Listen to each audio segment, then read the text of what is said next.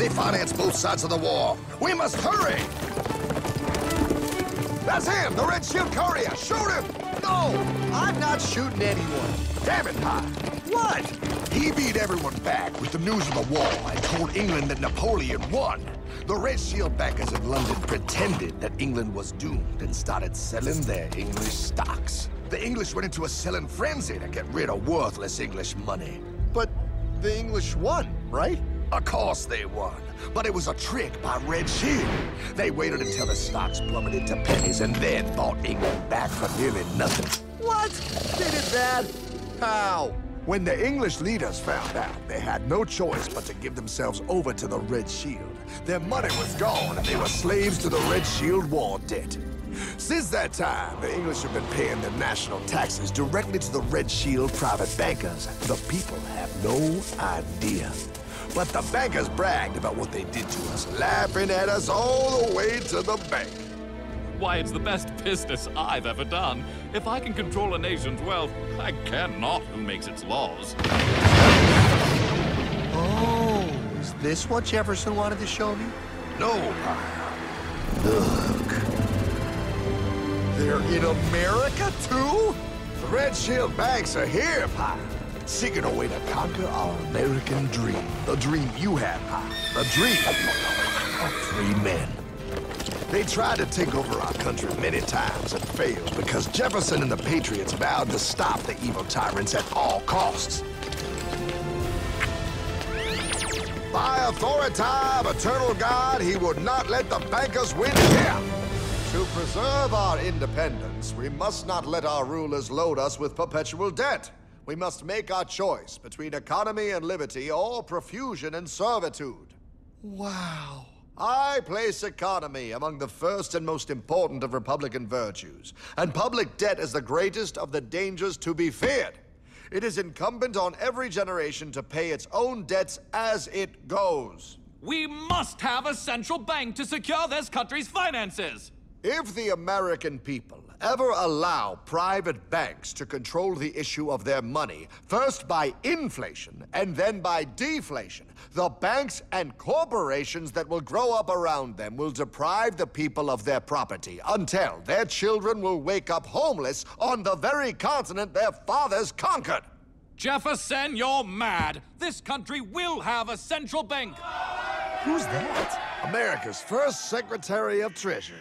Alexander Hamilton? Not for long. Aaron Burr, Thomas Jefferson's vice president. They didn't take too kindly to our first Sec Treasury. Sweet shot, Burr.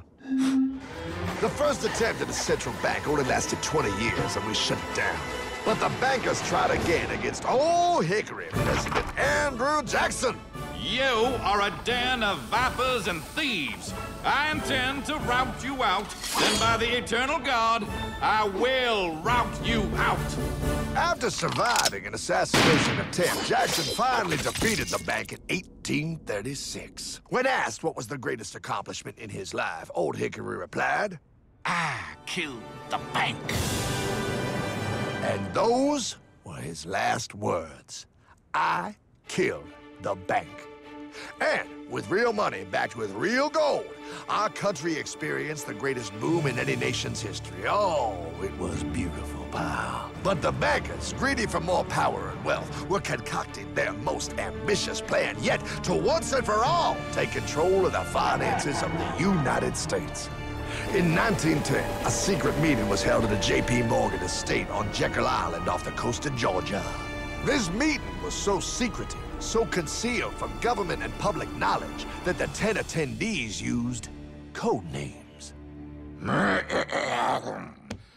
am clearly the richest man, so I should be the one to run the super-secret central bank. I own all the oil in America. I'm clearly richer than you will ever be, hula girl. I should run the super-secret central bank. You're nothing compared to me, lube job. I shall run the secret bank. Silence! Supreme Master Leader, I didn't know you were gonna be here. I'm not. Neither are you, dumbass. Oh, yeah, right. He's so smart. None of you shall run the bank. We have failed in the past because of openness. This time, the key to success is secrecy. The people must believe that they run the bank. Yes, brilliant! A sneak attack. What's the plan? We first create panic, then we show them the solution. With our man in office and well-planned timing, we will have our central bank. And so the people think it is theirs. We shall christen it Federal. The Federal Reserve.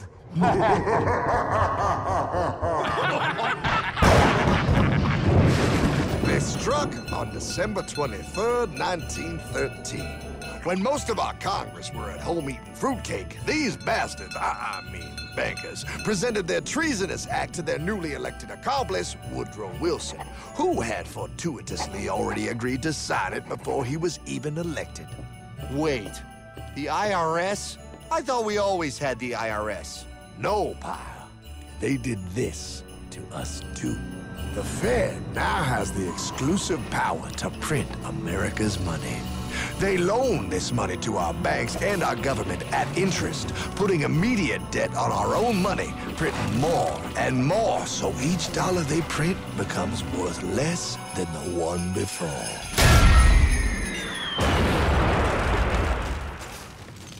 Merry Christmas. What in the hell is that? That, pal, is how our government now must pay back these debts to the Fed. Your taxes do not go to your government. They don't? It's the greatest theft in human history. But, okay, I mean, I sort of get what you're saying, but it's all so confusing. And really, Hartman, I don't see how it affects me at all. If I had more money, none of this would have happened. Hartman?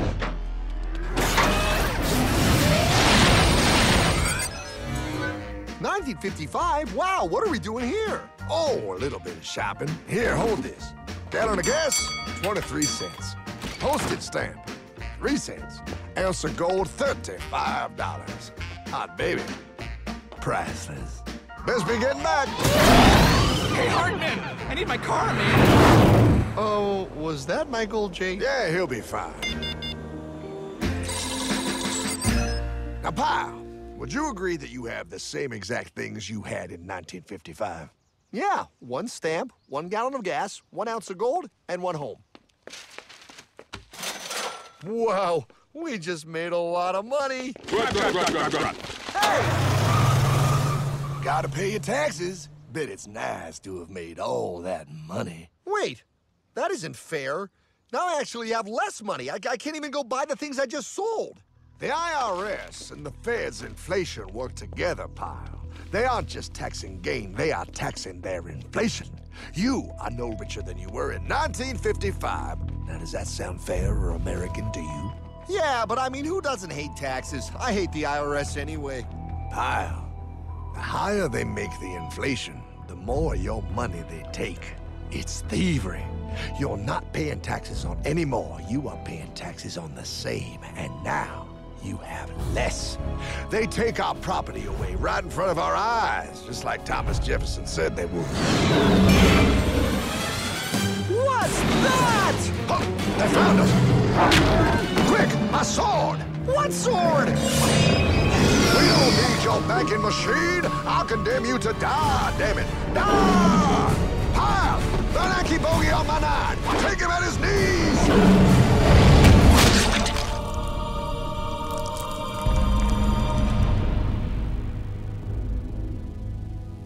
For we are opposed around the world by a monolithic and ruthless conspiracy that relies primarily on covert means for expanding its sphere of influence.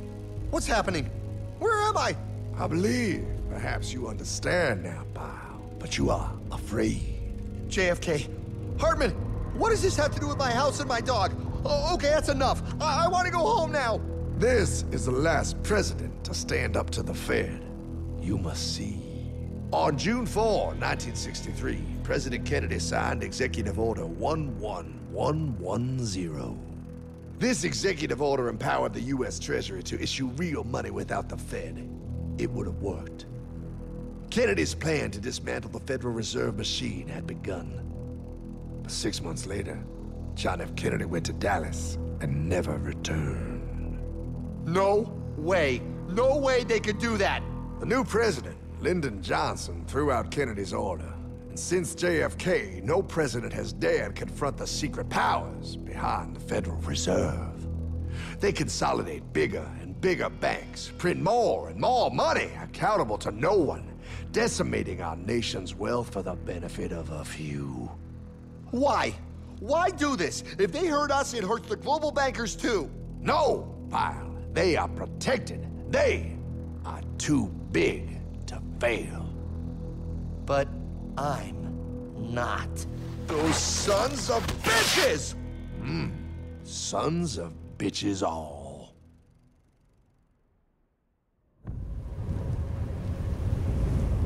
The day was cold. The wind sharp and strong. But we were determined. The bankers and their parasites had us vastly outnumbered, but their hubris made them weak. Not like us. Not like this band of immortals we have assembled. We have come to take back our... Hardman? Is that... My dog. Oh,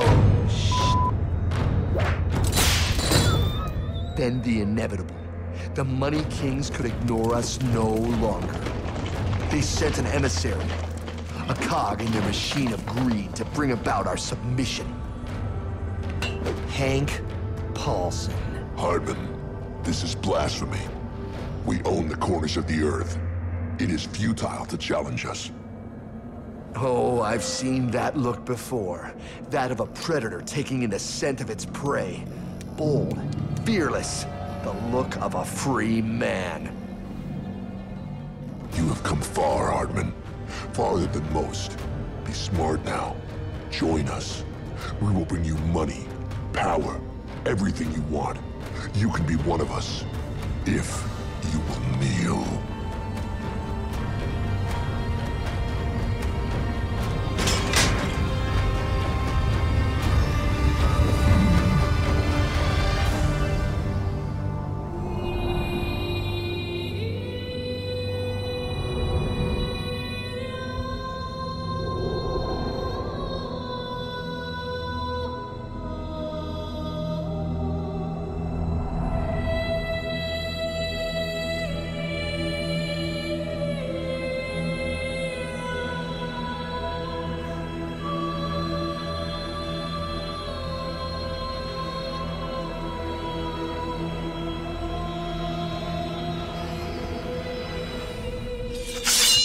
Madman.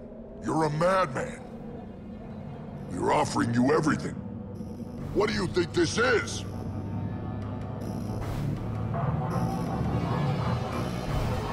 This is America!